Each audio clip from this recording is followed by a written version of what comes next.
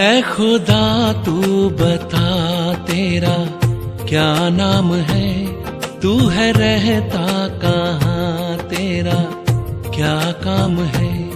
ऐ खुदा तू बता तेरा क्या नाम है, तू है रहता कहाँ, तेरा क्या काम है।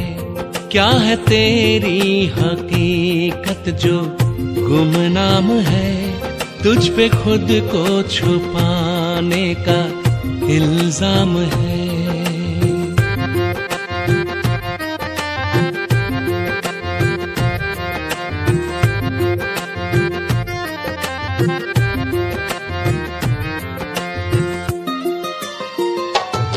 तूने दुनिया बनाई क्यों, मकसद बता। तूने दुनिया बनाई क्यों, मकसद बता। रूहें इसमें बसाई क्यों, मतलब जता। रूहें इसमें बसाई क्यों, मतलब जता। तेरे जलवों से रोशन ज़मीं आसमां, क्यों किसी को नजर तू ना आता यहाँ। तेरी पर्दा नशीनी का अंजाम है, ढूंढता आज भी तुझको इंसान है। ऐ खुदा तू बता तेरा क्या नाम है, तू है रहता कहाँ, तेरा क्या काम है।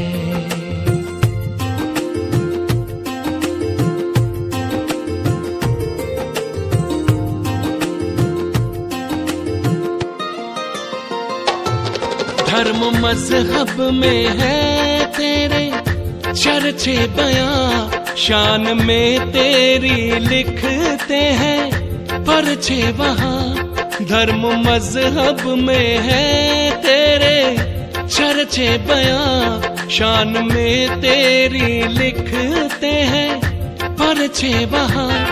सबके भगवान अपने ही अपने जहां, ना समझ तुझको समझे ना लड़ते यहाँ। तू समझदार हो के भी अनजान है बदी करते इंसान तू बदनाम है। ऐ खुदा तू बता तेरा क्या नाम है, तू है रहता कहाँ, तेरा क्या काम है।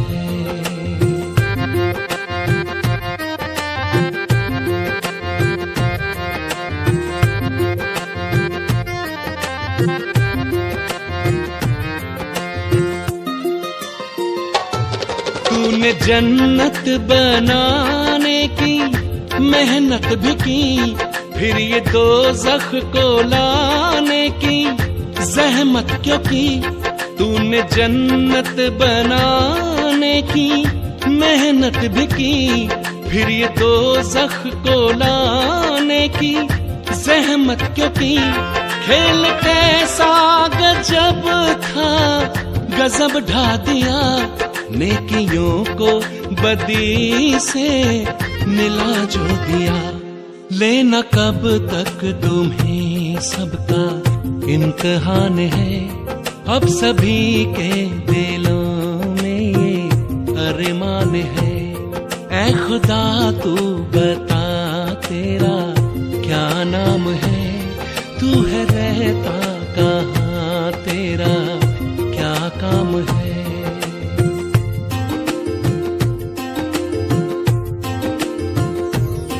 ऐ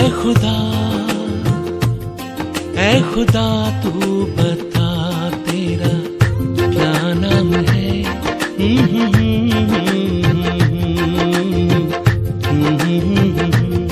ऐ खुदा तू बता तेरा क्या काम है।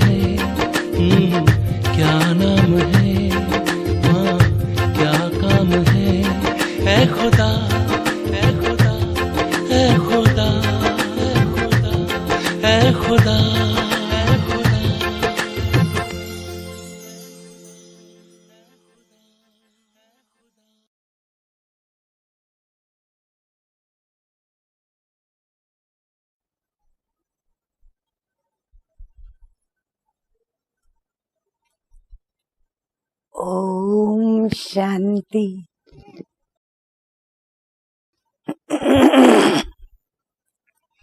ओम शांति।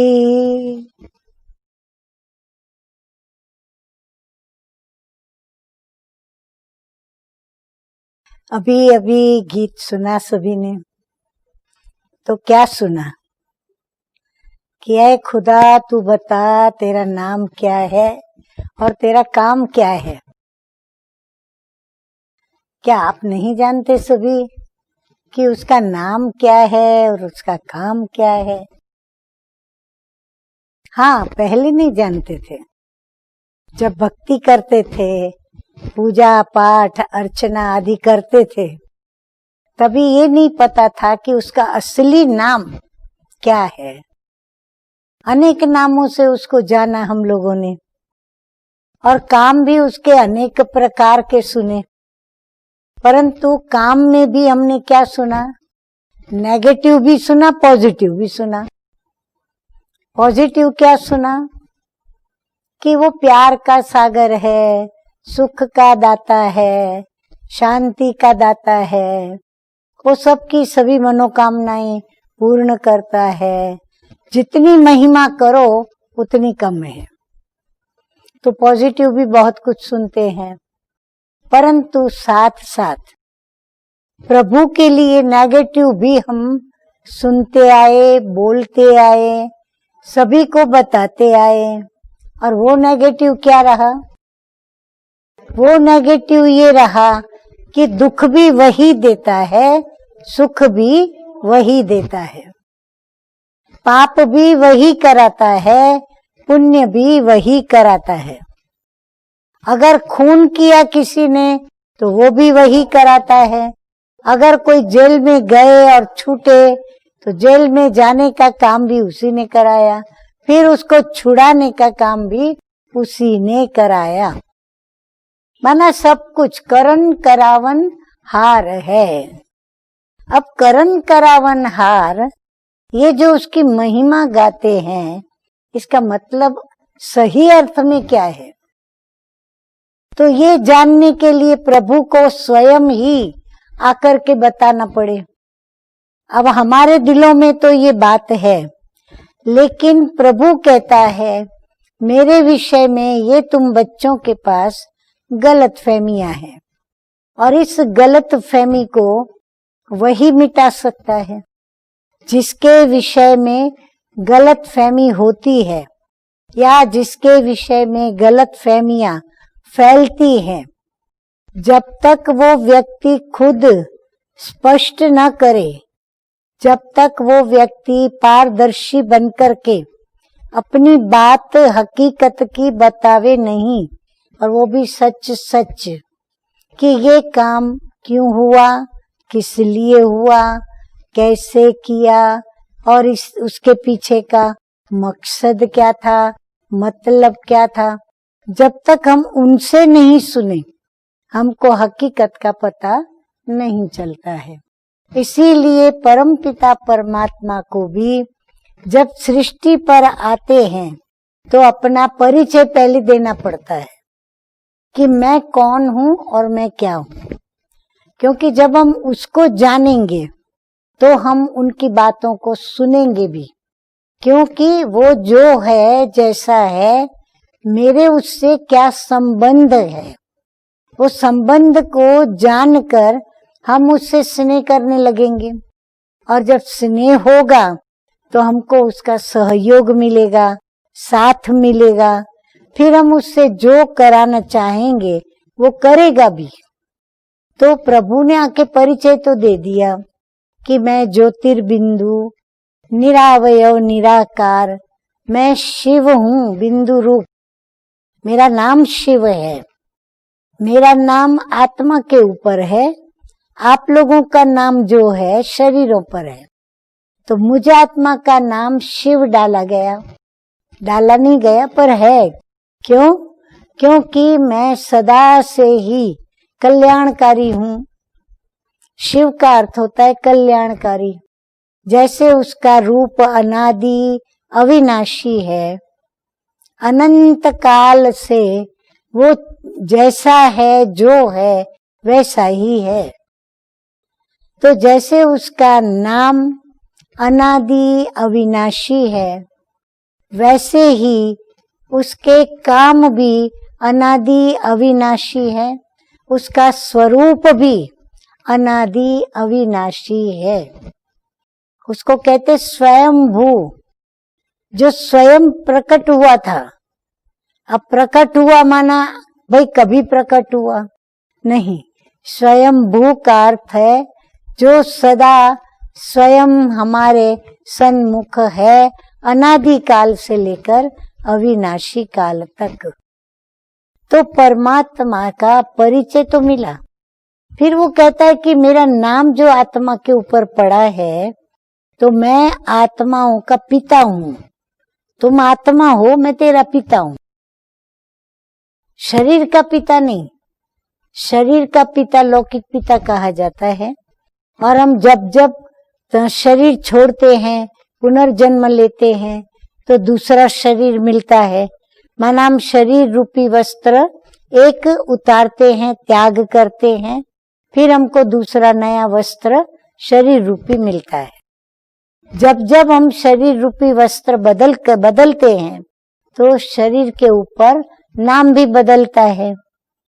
परंतु परमात्मा पिता कहते हैं, मीठे बच्चे, मेरा नाम वही रहता है।